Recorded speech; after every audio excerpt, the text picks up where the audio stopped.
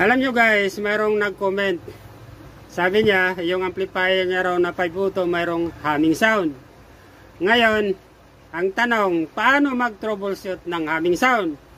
Ang unang tanong ko, left and right channel ba yung may humming or ugong? Ibig sabihin nun, lahat na kabitan ba ng amplifier may ugong? Once na lahat ng kabitan mo ng amplifier may ugong, ang unang gagawin mo, tanggalin mo lahat na connectors na nakabit sa amplifier. Once na umugong pa rin, need mo i-off yung master volume. Kasama na yung sa mic, bass, and treble.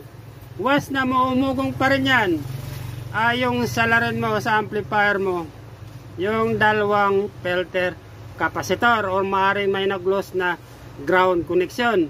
Pero, once na gin-off yung volume, kasama na yung sa mic, bass, and treble, nawala yung ugong,